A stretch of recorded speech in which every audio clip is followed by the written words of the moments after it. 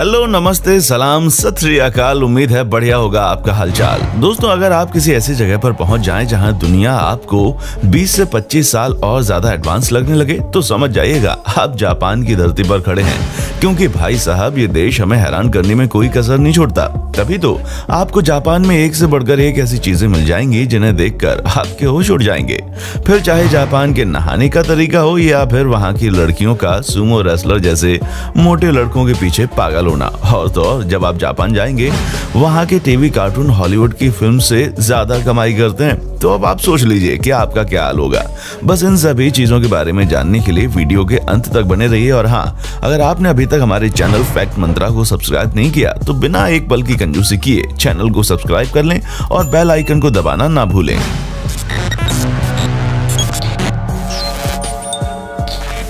दोस्तों, एक बात तो आपको माननी पड़ेगी कि जापान जितना ही ज्यादा हमें हैरान करता है उतना ही ज्यादा इंस्पायर भी करता है। तभी तो यहाँ पहुँचने के बाद ऐसा लगता है मानो हम फ्यूचर में 20 से 30 साल आगे चले गए हों, क्योंकि इनकी जिंदगी ना सिर्फ काफी एडवांस है बल्कि उसमें ऐसी कई सारी चीजें मौजूद हैं जिनके बारे में सुनकर ही आप और हम जैसे नॉर्मल लोगों के होश उड़ जाएंगे।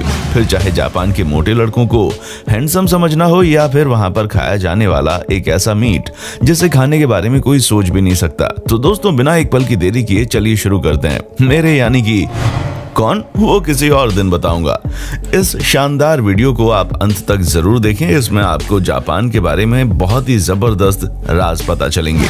Packed food. दोस्तों, ये बात तो जग जाहिर है कि दुनिया की आधी से ज्यादा महिलाएं टेंशन में इसलिए रहती हैं क्योंकि उनको समझ नहीं आता कि वो लंच, डिनर और ब्रेकफास्ट में ऐसा क्या बनाए कि उनका टाइम भी बच जाए और लोगों का पेट भी भर जाए। यहाँ तक कि ज्यादातर सास बहू के झगड़े भी इसी चक्कर में होते हैं। लेकिन जापान के लोगों को इस तरह की कोई भी टेंशन नहीं रहती, क्योंकि वो हमारी तरह बाहर से आटा, दाल, चावल लाकर घंटा भर उसे बनाने में नहीं लगाते, बल्कि वे बाहर से ही अधिकतर खाना लाकर उसे गर्म करके खाने में विश्वास रखते हैं, क्योंकि उनका मानना है कि इससे ना सिर्फ उनका टाइम बचता है बल्कि उन्हें फालतू की टेंशन भी नहीं लेनी पड़ती। इसीलिए जापान के रेस्टोरेंट वगैरह भी हाइजीन और हेल्थ का पूरा ध्यान रखते हैं, ताकि जब लोग डेली बेसिस पर बाहर का खाना खाएं तो उन्हें नुकसान न करे।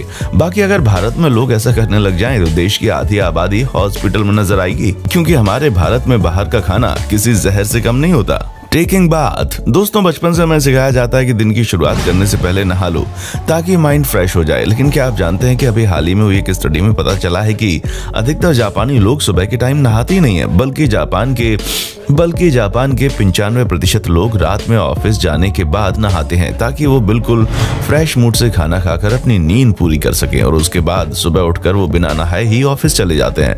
वैसे एक राज की बात बताएं, भारत के 30% लोग भी ऐसा ही करते हैं, लेकिन बस वो किसी को बताते नहीं है। सही कहा ना मैंने? Cat cafe. दोस्तों, ये बात तो आपको पता होगी कि जापान के लोग बहुत ज्यादा मेहनत करते हैं और तभी ये देश इतना ज्यादा तरक्की करता है।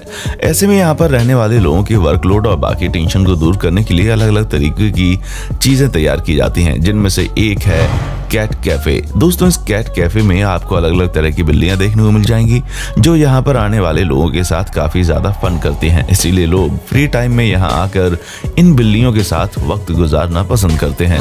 वेट। दोस्तों, आपने अधिकतर देखा होगा कि जापान के लोग मोटे नहीं होते बल्कि वो पतले रहते हैं, जिसकी सबसे बड़ी वजह है कि जापान में आपको बहुत ही कम लोग ऐसे दिखाई देंगे जो कि तला भुना खाते हों, वरना तो यहाँ पर मेजॉरिटी पीपल तली भुनी चीजों से दूर ही रहते हैं। जैसा कि हम आपको पहले भी बता चुके हैं, ये लोग बिल्कुल हेल्दी चीजें खाना पसंद करते हैं जो कि अधिकतर स्टीम की गई होती हैं। लेकिन इसका ये मतलब नहीं है कि जापान के लोगों को मोटापा पसंद नहीं होता। हम आपको बता दें कि यहाँ पर मोटे लड़कों को काफी हैंडसम माना जाता है, इसीलिए तो यहाँ पर लड़कियों के बीच सुमो रेसलर की बहुत ज्यादा डिमांड है, क्योंकि लड़कियों का सोचना है कि पतले दुबले लड़के तो उनको कहीं भी मिल जाएंगे, लेकिन सुमो रेसलर जैसे हेल्दी लड़के उनको बहुत ही कम मिलेंगे। और सेम ऐसा ही लड़कियों के साथ भी होता है। जो लड़कियां थोड़ी बहुत हेल्दी होती हैं उन्हें सुंदर माना जाता है, क्योंकि गोरी चिट्टी और पतली दुबली लड़कियां तो यहाँ आपको हर गली कूचे में देखने को मिल जाएंगी। एनिमे। दोस्तों, अब हम आपको जो चीज बताने वाले हैं उससे सुनने के बाद कई सारे लोग हमारी बातों पर विश्वास नहीं करेंगे। जापान की एनिमेशन इंडस्ट्री इतनी ज्यादा बड़ी है जितनी कि आप सोच भी नहीं सकते। तभी तो हमारे हॉलीवुड में फिल्म से जितनी कमाई होती है उससे कहीं ज्यादा तो जापान अपनी एनिमेशन इंडस्ट्री से कमा लेता है। तभी तो डोरेमोन से लेकर शिनचैन जैसे फेमस कार्टून आपको जापान से ही देखने को मिलेंगे, क्योंकि जापान में कई सारे ऐसे एनिमेटेड कार्टून्स तैयार किए जाते हैं और आज तक एनिमेशन की दुनिया में तहलका मचा रहे हैं। वैसे डोरेमोन और शिनचैन में से आपका फेवरेट कार्टून कौन सा है, हमें फटाफट से कमेंट करके बताइएगा। Natural disaster. दोस्तों, जब बात आती है जापान की तो प्राकृतिक आपदाओं का जिक्र अपने आप ही हो जाता है, क्योंकि जापान छोटे छोटे आइलैंड से बना हुआ एक देश है।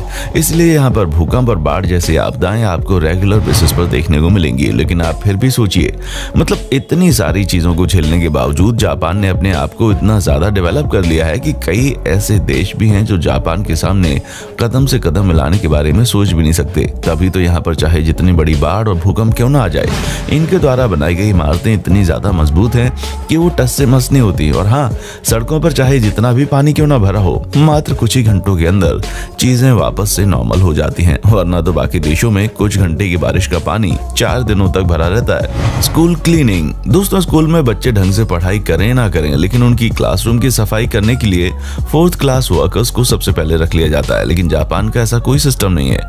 यहाँ पर जो इंसान रायते फैलाता है उसे ही साफ करना पड़ता है। अरे मेरा मतलब है कि स्कूल में पढ़ने वाले बच्चों से लेकर वहाँ पर पढ़ाने वाले टीचरों तक ना सिर्फ अपनी क्लासरूम की साफ सफाई करते हैं, बल्कि स्कूल के बाहर के एरिया को भी साफ करने के लिए सबके बारी बारी से टर्न आते हैं, ताकि स्कूल का वातावरण बिल्कुल साफ सुथरा रहे और बच्चों के अंदर साफ सफाई जैसी चीजें अभी से हैबिट में आने लगें, ताकि ये इस तरह की चीजों के लिए किसी पर डिपेंड ना रहें। फूड सर्व। दोस्तों, आप लोगों ने जापान के स्कूलों में साफ सफाई का मामला तो देख लिया, लेकिन अब जरा वहां पर लंच टाइम में मिलने वाले खाने के सिस्टम पर भी ध्यान दीजिएगा। जापान में ऐसा बिल्कुल नहीं होता कि हर कोई अपना अलग अलग नाश्ता ला रहा है, बल्कि यहाँ पर बच्चों को वही खाना पड़ता है जो स्कूल की कैंटीन में उनके लिए बनाया जाता है। असल में यहाँ के स्कूलों में बनने वाला खाना काफी पौष्टिक होता है और बच्चों को अधिक से अधिक पौष्टिक चीजें खिलाने की कोशिश की जाती है, ताकि वो हमेशा स्वस्थ रहें और उन्हें बाहर के फास्ट फूड खाने की आदत ज्यादा ना पड़े। ताकि यहाँ तक कि अगर जापान में कोई बच्चा इस खाने को छोड़ देता है या फिर डस्टबिन में डाल देता है तो उसे इसकी पनिशमेंट भी दी जाती है, ताकि वो खाने की इज्जत कर सके। Horse meat. दोस्तों, जब मांस मच्छी की बात आती है तो उसमें भी जापान पीछे नहीं है, क्योंकि जिस तरह चाइना के लोगों को कुत्ते का मांस बहुत ज्यादा पसंद है, ठीक उसी तरह जापान के लोगों को घोड़े का मीट बहुत ज्यादा भाता है।